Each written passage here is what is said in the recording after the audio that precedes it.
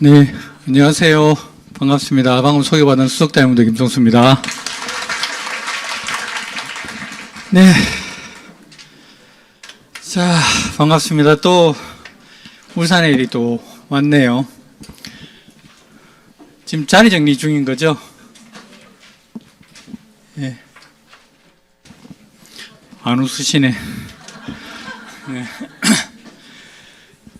자, 오늘 또 저녁에 이렇게 여러분들하고 또 뵙게 되었습니다.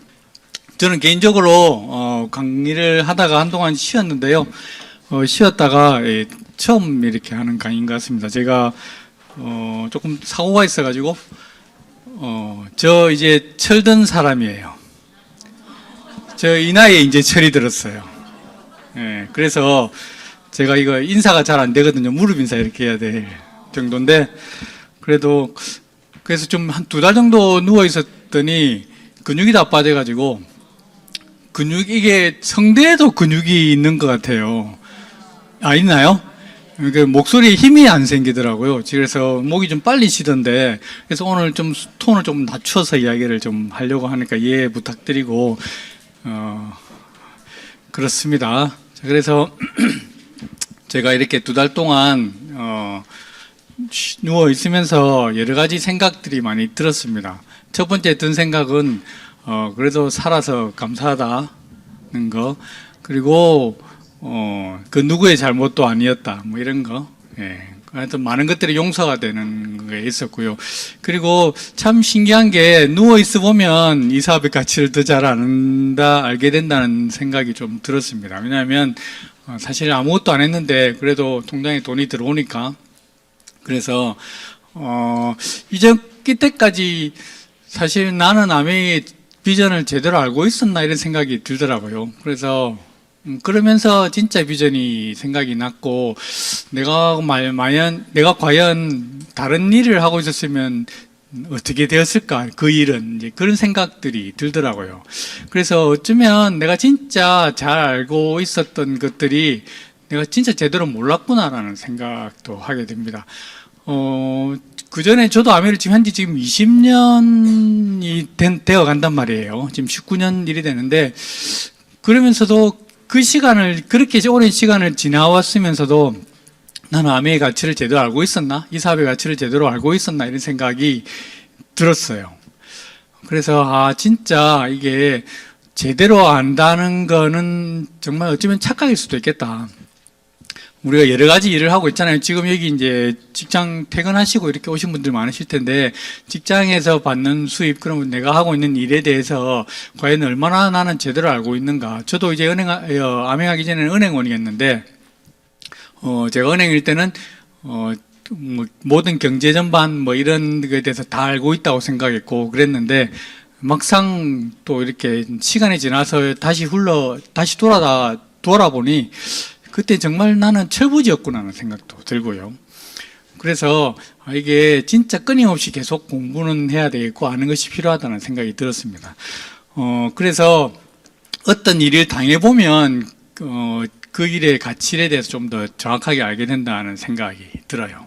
그래서 오늘은 제가 여러 가지 많은 이야기들을 들으실 텐데, 오늘 저는 조금 삐딱하게 나가보려고 합니다. 아메이 이야기에 대해서. 그래서 오늘 조금 학술적으로 나가보려고 하는데 괜찮으시죠?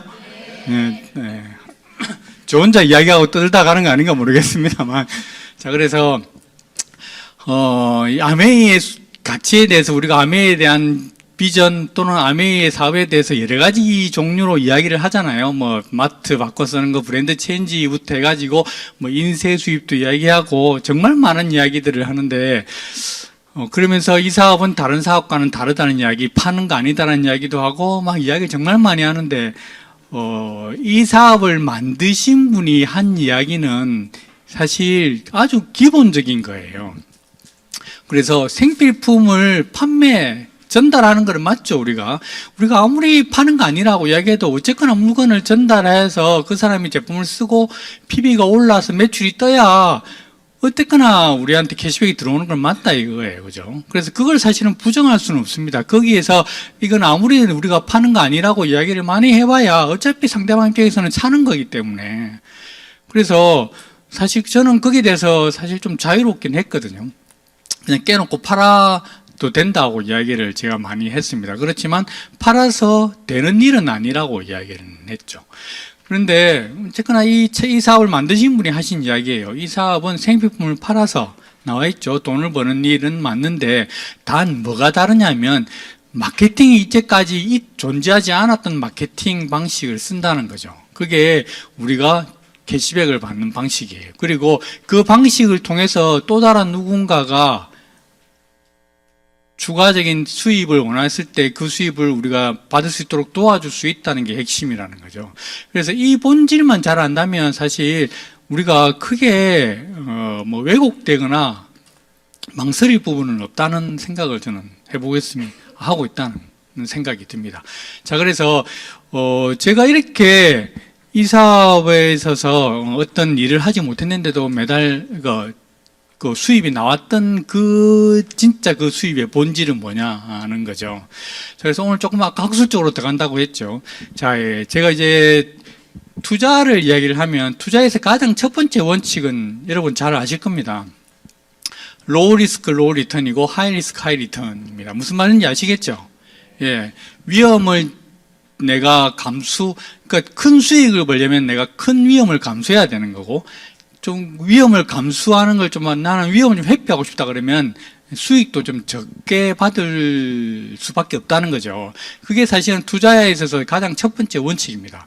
자, 그래서 여러분들이 우리 투자를 같은 걸 하실 때 사실 주식이나 이런 거, 뭐, 코인이나 이런 거 하면 잘하면 대박을 치지만 그만큼 리스크도 크다는 거죠. 그래서 그렇게 하지 않고 조금 안정적인 수익을 원한다 그러면 이제 수익성 자체가 낮게 되는 거죠. 자, 그러면 이건 비단, 투자뿐만 아니라 혹시 누가 물 한 잔만 갖다 줄 수 있으면 부탁드리겠습니다. 투자뿐만 아니라 사업에 있어서도 마찬가지거든요. 내가 아주 수익이 크게 나는 사업을 하려고 한다 그러면 그만큼 리스크도 크다는 걸 우리는 잘 알고 있습니다. 그래서 대박 아니면 쪽박 이렇게 이야기를 하잖아요. 그래서 모든 사업에 있어서도 리스크가 존재한다는 거죠. 자, 그러면 이렇게 봅시다. 아메이도 사업이잖아요. 아메이 사업에 있어서 리스크는 뭐가 있을까요? 아메이도 사업에 리스크가 존재할까요? 있죠. 아무래도 리스크가 있습니다. 사업이기 때문에. 제품 수급에 대한 부분도 있고, 재고 관리에 대한 부분도 있고, 여러 가지 그다음에 우리 소비자 불만이나 이런 거에 대한 위험도 있고, 여러 가지 위험이 있단 말이죠. 자, 그런데 차이점은 뭐냐 그러면, 이게 참 재밌는 게요. 아메이 사업에 있어서 모든 리스크는 회사가 다 부담을 한다는 거죠. 이게 차이점이에요. 그래서 리스크 존재합니다. 여기 보시면 제품 원료 수급에 대한 개발 위험, 그다음에 재고 관리, 품질 관리, 물류, 그다음에 온라인 사이트 보안에 대한 이런 위험도 있습니다. 이런 모든 위험들이 다 아메이에 있어서도 존재하는데 재밌는 점은 이 리스크를 모두 다 회사가 다 부담을 한다는 거죠.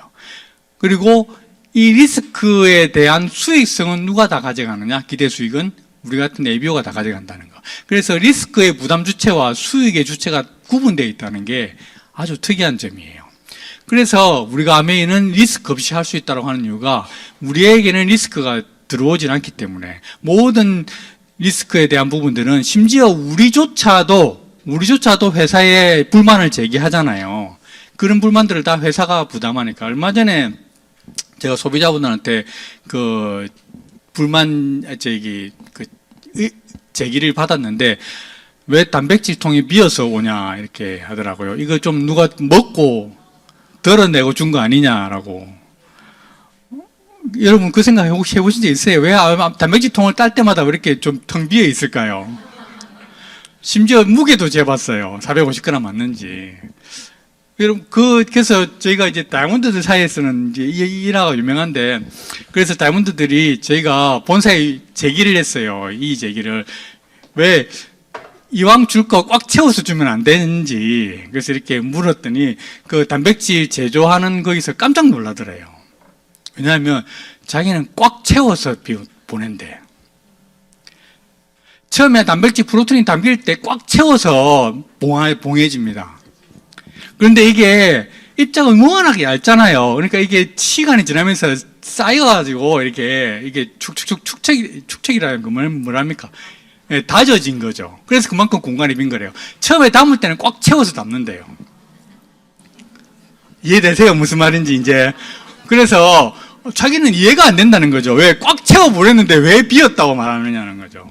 그게 다져져가지고 이게 비어져 있다는 거. 재밌죠? 예, 하여튼 그런 부분들. 그래서 심지어는 우리도 회사에 그런 불만을 제기하는데 그런 모든 것들에 대해서 그 부담을 회사가 다 안고 있는데 오직 우리는 기대 수익만 가져간다는 거. 그래서 이걸 다시 말해서 우리 입장에서 보면 노 리스크 하이 리턴이다 라고 이야기할 수 있다 하고 보시면 되겠습니다. 자, 두 번째, 자, 외부 효과라는 게 있어요. 우리 경제 용어 중에 어떤 거냐면 내가 열심히 투자를 하든 사업을 하는데 내가 열심히 한 것과는 상관없이 외부에 있던 환경으로 인해서 내 사업이 망하거나 잘 되는 경우를 외부 효과라 그럽니다. 그래서 이걸 외부 효과, 내가 어떤 나의 노력과는 상관없이 외부의 어떤 환경으로 인해서 발생되는 걸 하거든요. 그래서 이걸 긍정적인 외부 효과를 외부 경제라 그러고 부정적인 효과를 줬다 그러면 외부 불경제라 그래요. 예를 들어서 어떤 게 있냐면 이제 이런 거죠.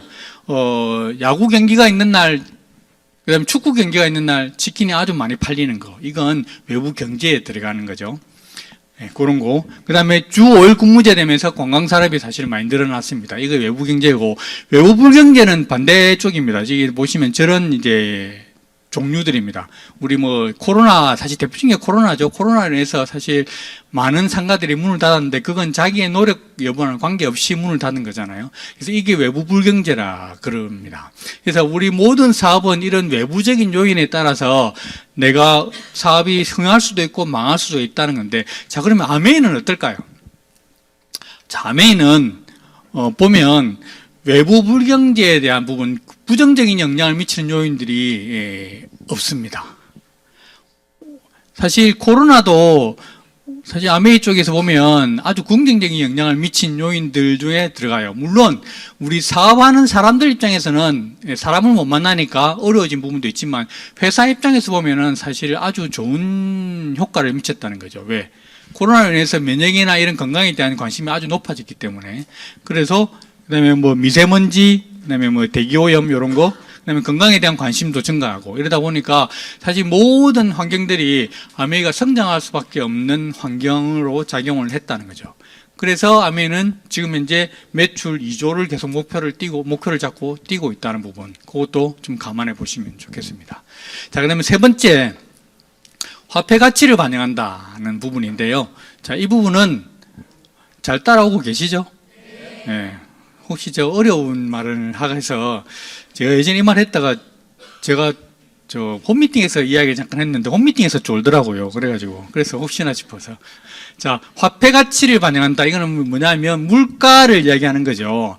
사실 제가 제일 사실 우리 예전에 연금보험 이런 거 가입하고 제가 은행에 근무했다고 했잖아요. 은행 근무하면 저희도 이제 은행에서도 이제 보험을 팔기 시작했습니다. 제가 은행 근무했을 때. 그러면서 은행에서도 보험에 대한 상품에 대한 교육을 이렇게 막 들었는데 그때 이제 연금보험 이렇게 이야기를 많이 했는데 그때 제가 들었던 생각이 매달 얼마씩 넣으면 60세 때 얼마씩 받는다 이라고 하는데 그 얼마 받는다는 그 금액을 현재 가치로 환산해 보면 아주 작은 거예요. 그래서 이 금액적으로는 100만 원 받는다 이래 하지만 20년 뒤에 100만 원이 지금 가치로 환산하면 얼마 되겠냐고요. 한 20만 원, 25만 원 정도밖에 되지 않습니다. 그래서 이 돈 받으려고 지금 2만 원 돈을 넣어야 돼라고 생각을 했을 때 사실 이 부분은 상당히 괴리감이 느껴졌다는 말이죠. 그래서 제가 사실 보험 가입에 대해서 이게 주저하나 망설이는 것들이 좀 많았는데 이게 정말 중요한 부분입니다. 그래서 아메이도 사실 이런 부분들이 필요하다는 거죠. 왜? 아메이도 꾸준히 매달 꼬박꼬박 나오는 돈인데 그 돈이 10년 뒤에도 똑같은 돈이 나온다 그러면 이건 사실 줄어드는 거와 똑같잖아요. 그래서 이런 부분은 조금 개선이 돼야 되지 않겠냐 하는 생각을 하고 있는데 그 부분을 반영한 게 이제 여기라는 이 점수죠. 저기 이제 카탈로그 보면 밑에 저기 아래쪽에 보면 PV, BV 저렇게 적혀 있어요. 저게 이제 이 PV, BV를 이야기하는 거거든요. 그래서 PV는 내가 몇 프로를 달성했는지에 대한 그 기준이 되는 점수치를 PV라고 하고요. 거기에 대해서 금액을 계산해서 환산해서 지급할 때는 BV를 곱해서 지급을 한다는 거죠. 그래서 비즈니스 볼륨이라고 되어 있습니다. 그래서 PV는 저기 프로틴 보시면 47,000원에 PV는 23,990점이라고 되어 있는데 BV는 42,700점이라고 되어 있죠. 그래서 돈을 계산할 때는 42,700점을 곱해서 돈을 지급한다는 거죠. 그런데 재밌는 건 이 BV라는 저 수치가 계속 바뀐다는 거죠. 어떻게 바뀌냐면 계속 올라갑니다. PV에 비해서.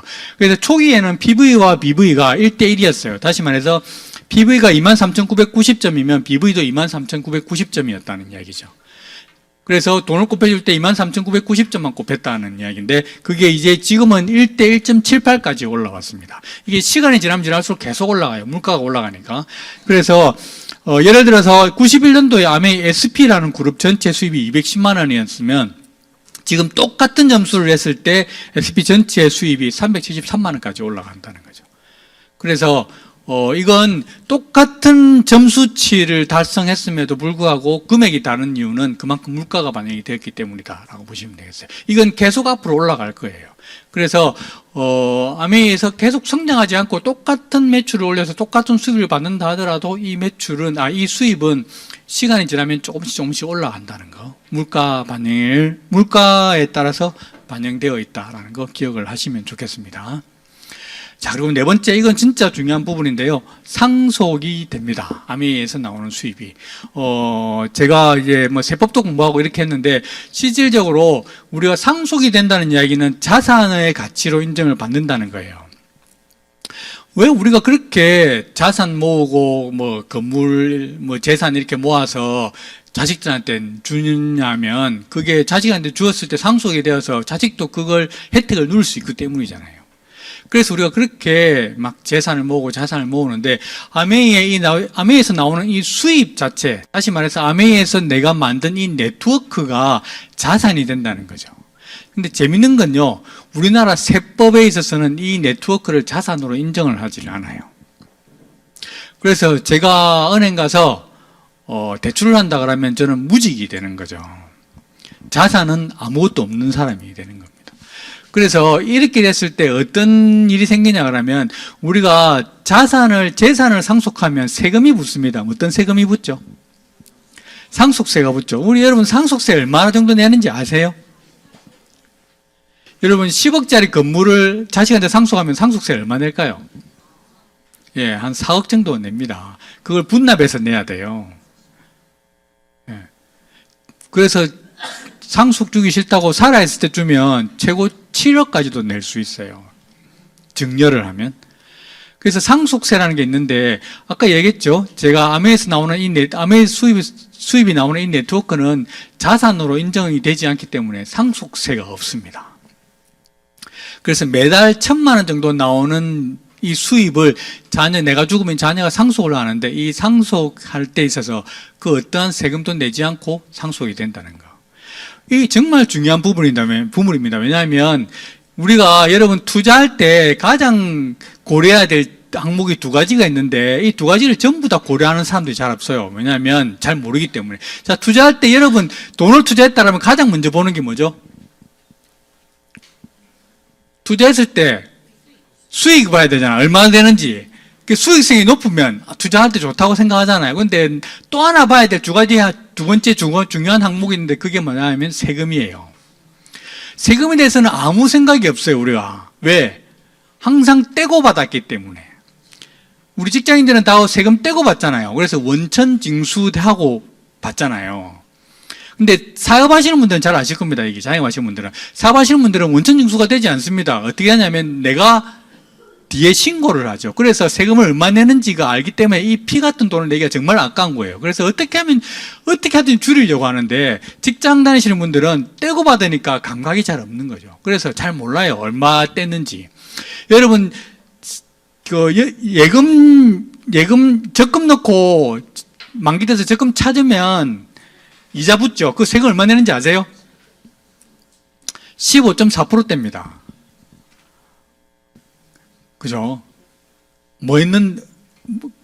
국가가 뭐 했다고 그 돈을 가져가냐는 거지. 그래서 이 세금에 대한 부분을 상당히 진짜 중요한 부분인데, 이 세금 부분이 사실 안 매긴다는 건 진짜 이건 큰 혜택이거든요. 그래서 하면서 나오는 수입이 이렇게 상속이 되는데 얼마까지, 언제까지 상속이 되냐 하면 나의 손자에게까지 상속이 돼요. 상속법에 따라서 3대까지 상속이 이렇게 됩니다. 네트워크는. 그래서 이 상속이 된다는 건 정말 중요한 부분이에요. 그리고 실제로 상속이 이루어진 사례도 있고요. 예전에 돌아가신 분이 핀업을 하신 사례도 있었죠. 살아있는 우리는 뭐 하고 있나, 막 이런 말도 있었는데, 그때. 나가 죽어라, 막 이런 얘기도 있었어요. 죽은 사람도 핀업 하는데, 이게 있었습니다. 그래서 이 상속이 된다는 건 진짜 중요한 부분입니다. 왜냐하면 내가 어떻게든 이 네트워크를 만들어 놓으면 이 네트워크가 내 자녀들이 이어서 이걸 계속 이어나갈 수 있다는 거. 내가 받는 수입을 그대로 받아가면서 이 네트워크를 더 크게 성장시킬 수 있는 부분이죠. 그래서 대부분의 다이아몬드 자녀들 중에 70%가 이 사업을 이어받아서 같이 지금 하고 있는. 그래서 자녀들한테 상속시킬 수 있는 사업이라는 것은 진짜 그만큼 가치가 있다라고 보시면 좋겠어요. 자, 그리고 네 번째, 평등 경쟁 효율. 이 부분을 조금 이야기해보고 싶습니다.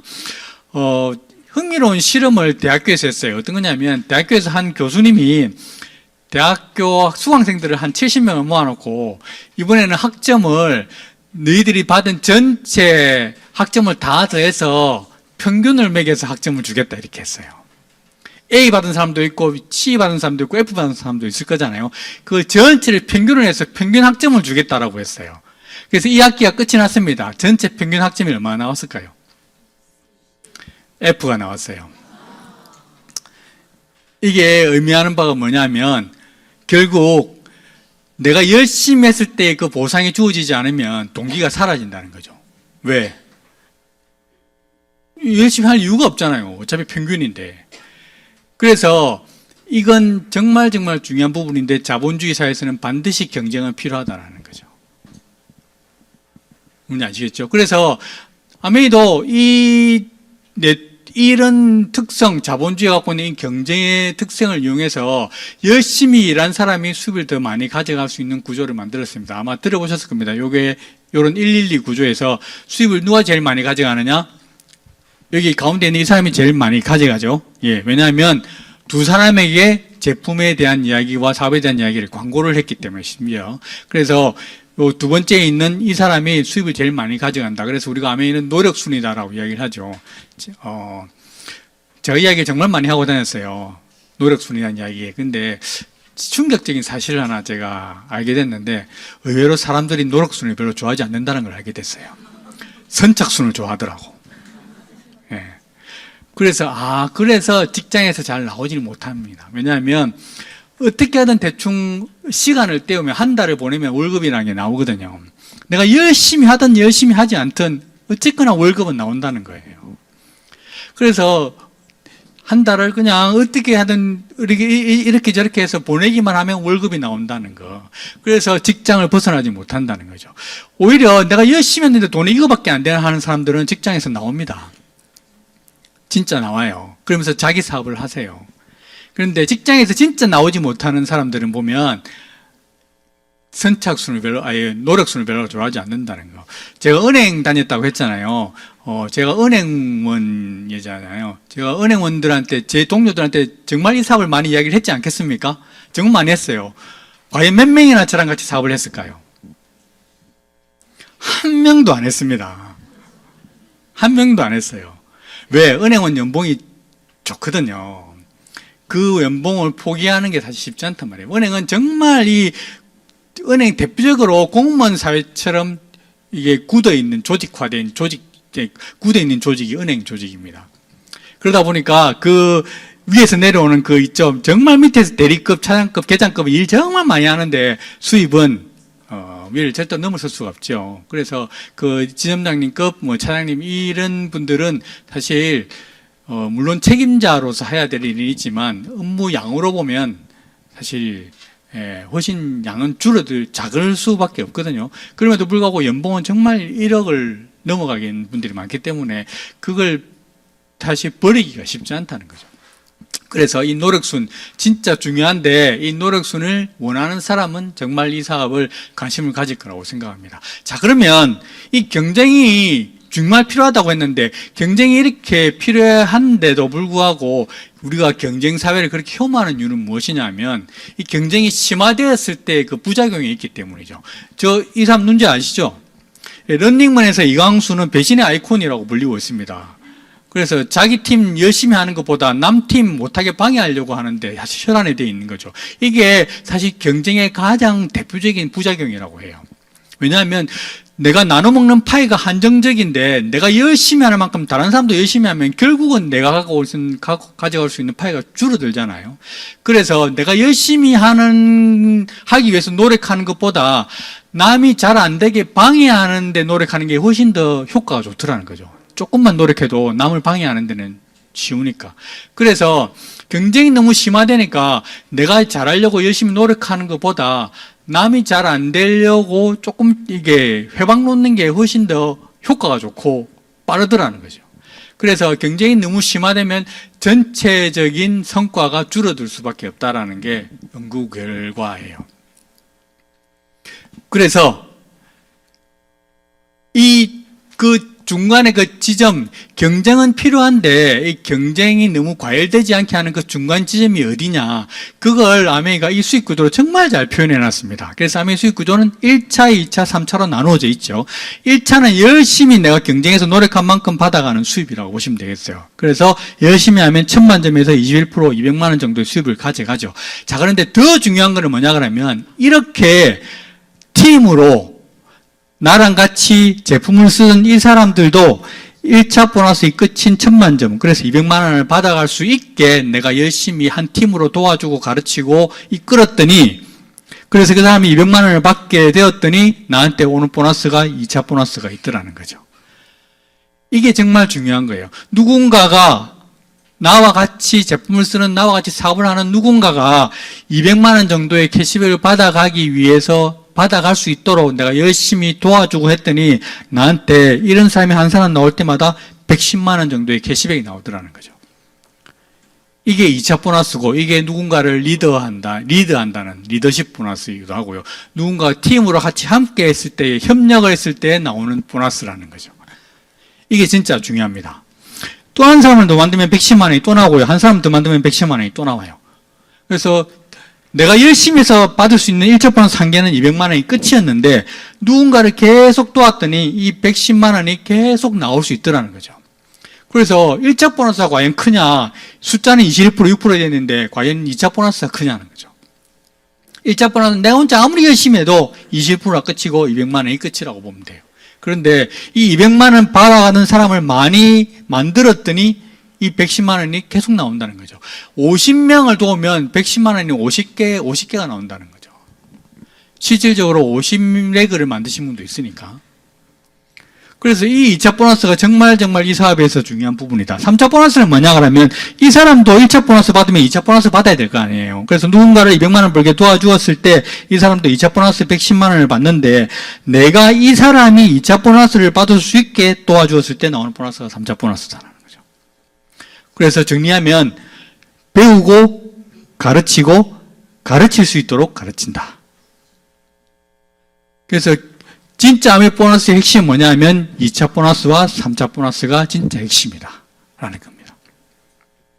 이 사실만 안다면 누군가를 도와서 그 사람이 돈을 벌어갈 수 있게 하는 데 있어서 주저함이 없을 수 있어요. 근데 이걸 잘 모르면 이 중간에 이 사람이 1000만 점을 만드는 과정에 있어서 내 수입이, 이 사람이 어차피 합쳐지니까 내 수입이 줄어드는 시기가 있습니다, 분명히. 그러면 이때 이 2, 3차 보너스를 의미를 모르면 이 사람이 미워지기 시작하거든요. 왜냐? 이 사람 때문에 내 돈이 줄어드는 것 같으니까.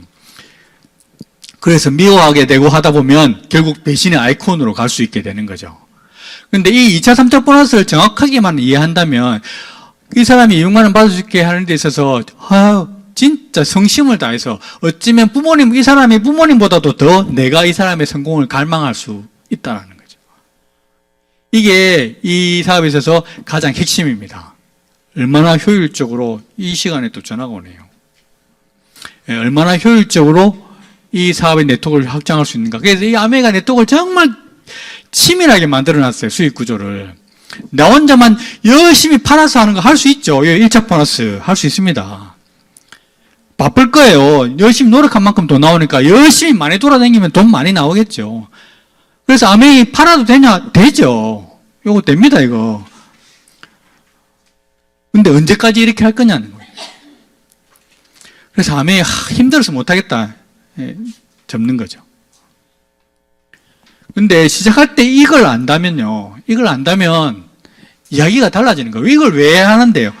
내가 배워야 누굴 가르쳐 줄 거니까. 그래서 얼른 이거 잘 배워서 이 사람들한테 자, 내가 배웠으니까 가르쳐 줄게. 이렇게 해서 가르쳐 주는 거죠. 그럼 너도 이제 배웠으니까 가르쳐 줘. 이렇게 되는 거예요. 내가 다 가르쳐 줘야 돼요? 아니요. 시스템에서 가르쳐 주잖아요. 뭘 하면 돼요? 시스템으로 인도하면 되죠. 같이 배우는 거예요. 그 시스템이 아메이가 너무 잘 되어 있다는 겁니다. 다단계를 표방하는 회사 우리나라에 정말 많습니다. 등록된 것만 80개, 등록 안 될 것까지 치면 350개. 그 회사들 다 어떻게 구분하느냐? 시스템이 얼마나 잘 되어 있냐는 거죠. 그걸로 구분을 하시는 거예요. 아메이 시스템은 제가 감히 다루나건데 그 어떤 회사도 따라올 수 없어요. 탁월합니다. 진짜요. 이건 진짜 믿으셔도 돼요. 제품 뭐 말할 것도 없지만 저는 가장 강력한 무기는 시스템이라고 봐요. 누구든지 배우고자 하는 마음만 있다면 여기 와서 이 천만점을 만드는 방법, 누구를 인도하는 방법, 리드하는 방법, 큰 리더가 되는 방법 다 가르쳐 준단 말이에요. 누구라도 배워낼 수 있다. 내가 배우고자 하는 의지만 있다면. 그래서 아멘을 잘 못하는 사람이 어떤 사람이냐? 이기심이 많으면 잘 안 돼요. 나 혼자 다 잘 됐으면 좋겠다는, 이 사업은 나 혼자 잘 먹고 잘 사는 사업이 아닙니다. 조금 나중에 이야기하겠지만 함께 같이 되는 잘 가는 사업, 같이 잘 되게 하는 사업이라고 보시면 되겠어요. 자, 이렇게 두 사람을 1000만점을 만들어서 매달 200만 원 정도 받게 해주면 사파이어라고 그러고요. 3사람을 해주면 에메랄드, 6사람을 도우면 다이아몬드라고 합니다. 그래서 아메이에서 P는 어떤 의미냐 그러면 얼마나 많은 사람들에게 이 추가 수입의 기회를 나누어서 그들이 추가 수입을 통해서 경제적으로 조금 더 자유로운 여유로운 삶을 살 수 있도록 도왔는가, 얼마나 많은 그런 사람들을 도왔는가, 거기에 있다고 보시면 되겠어요. 그냥 단순히 매출 많다고 다이아몬드다 이게 아니란 말이에요. 그래서 P이 높으면 존경받는 이유가 그거예요. 그만큼 이 한 사람 한 사람을 200만 원 벌게 하기 위해서는 얼마나 많은 인내와 노력과 정성이 필요할까요? 그래서 아메이는 시간과 정성을 들이는 사업이다. 자본, 돈보다 더 중요한 건 시간과 정성입니다.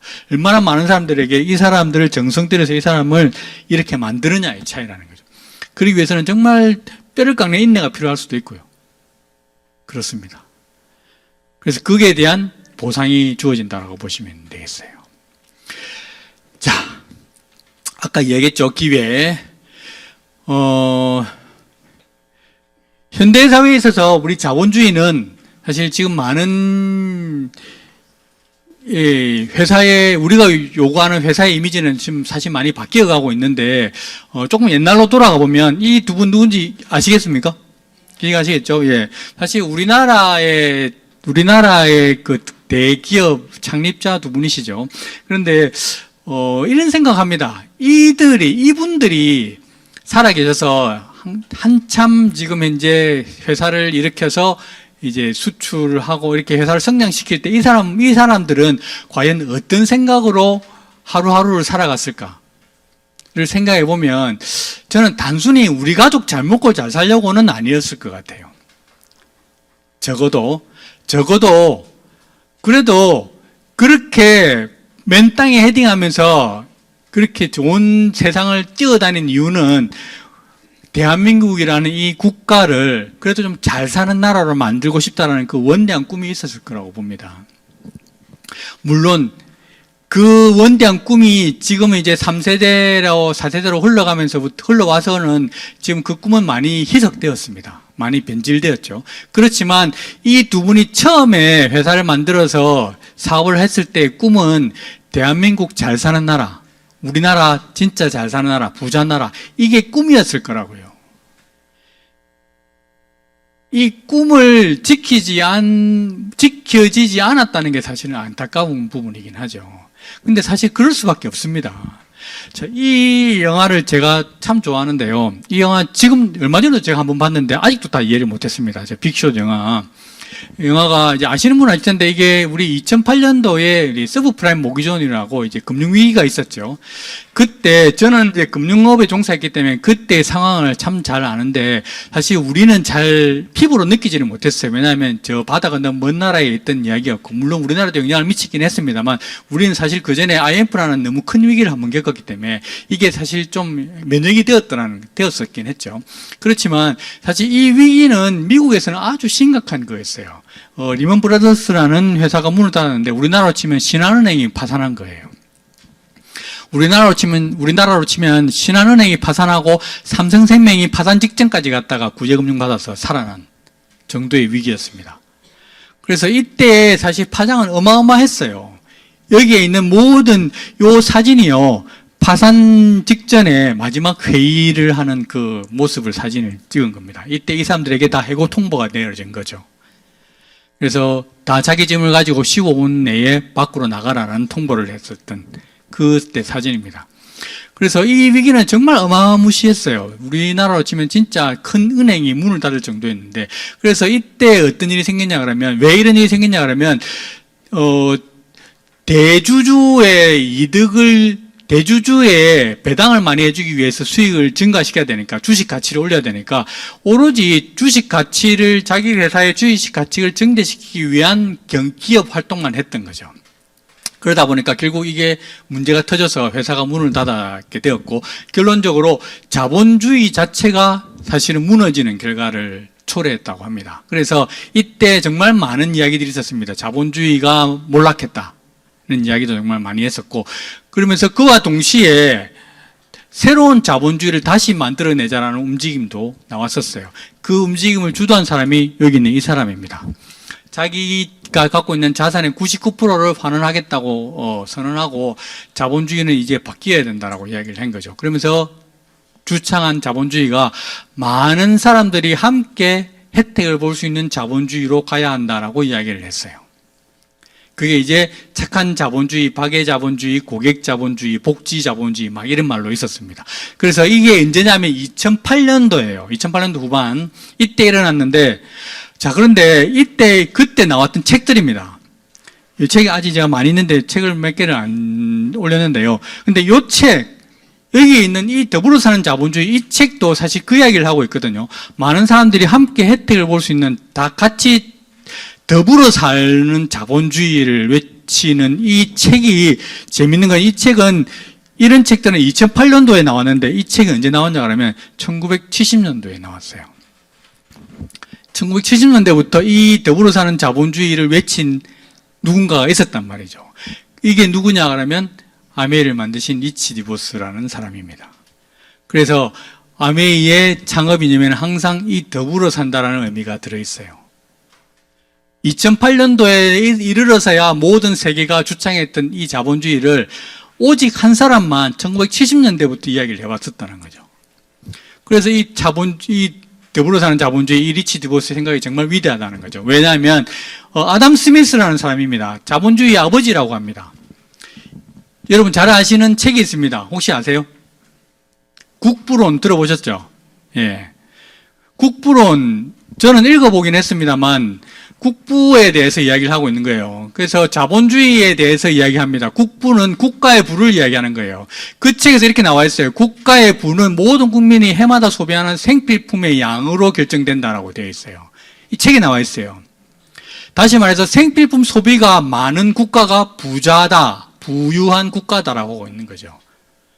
그래서 국가가 부자인지 아닌지를 보려면 그 나라의 생필품 소비가 얼마나 많은지를 보는 건데, 이 생필품 소비라는 건요, 어떤 특정한 사람이나 기업이 소비를 일으킬 수 없는 부분이에요. 한 사람이 하루에 양치질을 20번씩 할 수는 없으니까.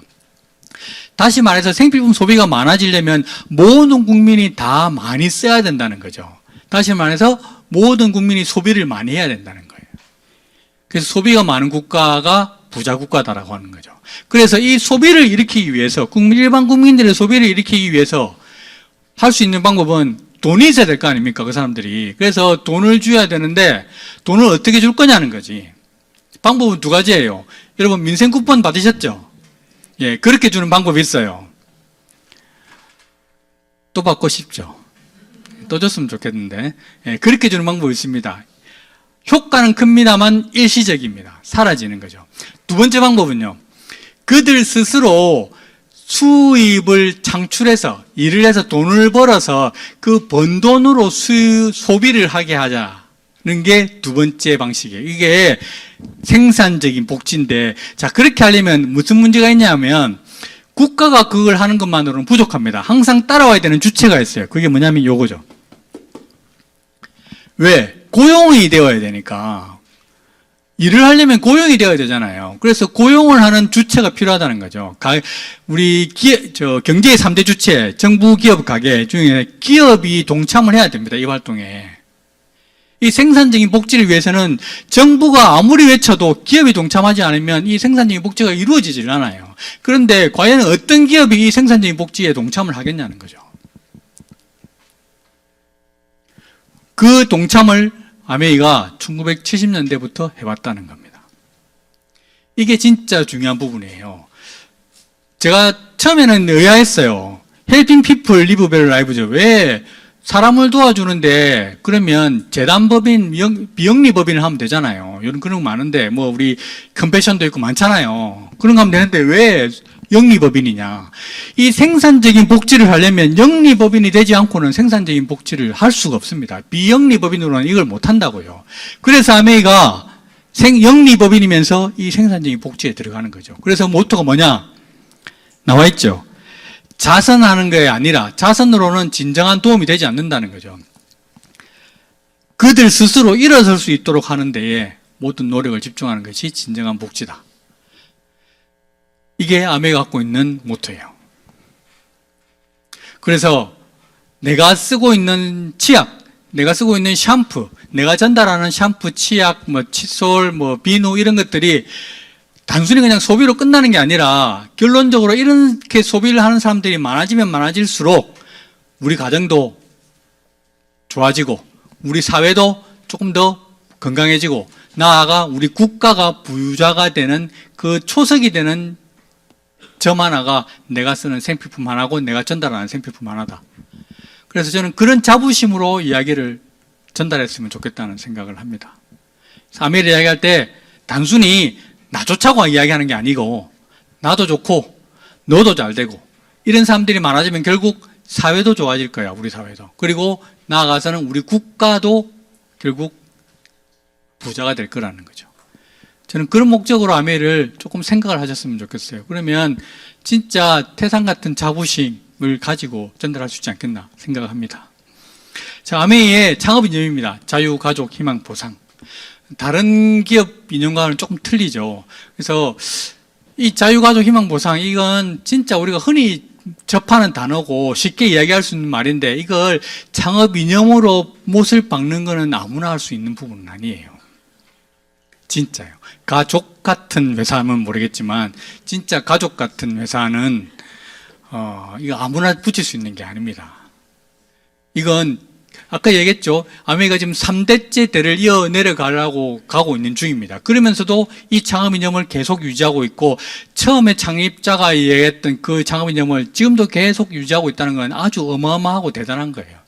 이 창업자의 창업 이념이 세대를 통과했는데도 계속 유지된다는 건 진짜 어려운 일이거든요. 그래서 영상 한번 보시도록 하겠습니다.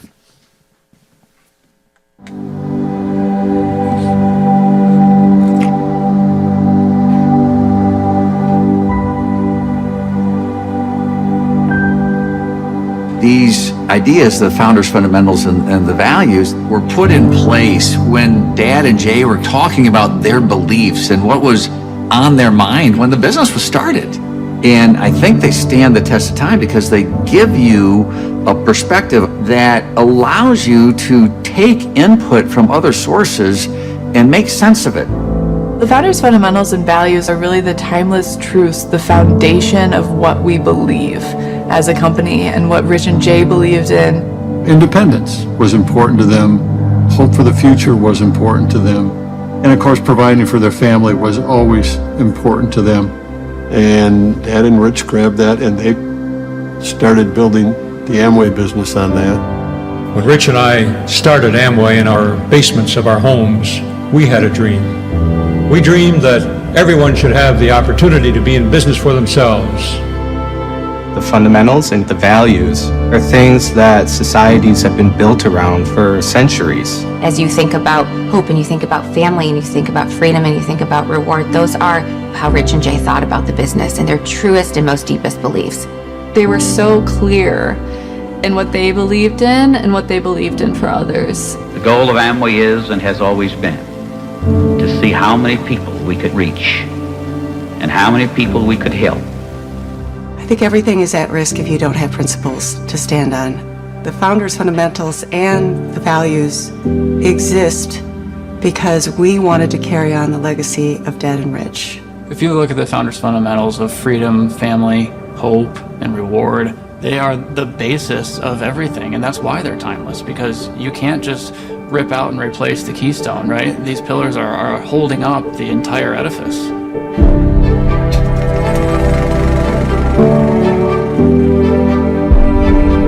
Freedom is something you can only have for yourself when you are in turn willing to give it to another person. The freedom to be what one wishes to be, to explore the full and exciting range of one's potential. You know, we talk about the Amway business being a family business. It always revolved around the fact that if we could build the business aspects of Amway on the family idea, we would do something to make the world a better place. Let's give everyone the right to live, to work, and to achieve, to become whatever their vision and efforts can make them. We reward people for performance. Hallelujah for the opportunity to be rewarded on the basis of what I do, not on who I know or how long I hung around. Once we had the foundation of the founders' fundamentals, the rest of us said, how do we make sure we express ourselves in a way that builds on those founders' fundamentals? The founders' fundamentals are who we are. They're timeless principles, and the values go along with that. The values help us determine how we go about our lives, right? How we live it out. The values are the way that we show up every day and the way that we present ourselves to people that interact with us on behalf of the company. I feel like values are at the center of how do you live a good and purposeful life. And so for values, we have our personal worth, responsibility, integrity, and partnership. The values speak to how you will engage with other people, whether it's employees, other business owners, family members. These are what we want to embody and how we want to treat other individuals. So let's look carefully for a moment here at what we do and how we do it, so that we can maintain a level of integrity that makes us worthy. The joy of talking about the founders' fundamentals and the values is to know that they've always been there with us and they'll always be there with us going forward from generation to generation. This is the legacy of this business that keeps us focused on our North Star. As I'm getting more engaged, I feel a responsibility for carrying our values forward. What gives me fulfillment is living the fundamentals and the values in what I hope is the manner that my grandfather intended them to be lived, and continuing the legacy of this company. Those fundamentals and those values help us stay focused on what's going to help somebody improve their lives through this business. This is who we are. This is how we go about life. This is our philosophy of how we treat people. That's never going to change. We'll remain committed to our traditions and our bedrock beliefs and our goals and dreams. Amway is an opportunity for people from all walks of life, rich or poor, young or old, black or white. We don't care what your education level is, where you come from. We said we wanted to build a business that anybody could start because we believe that most people, given a chance, would do something with it.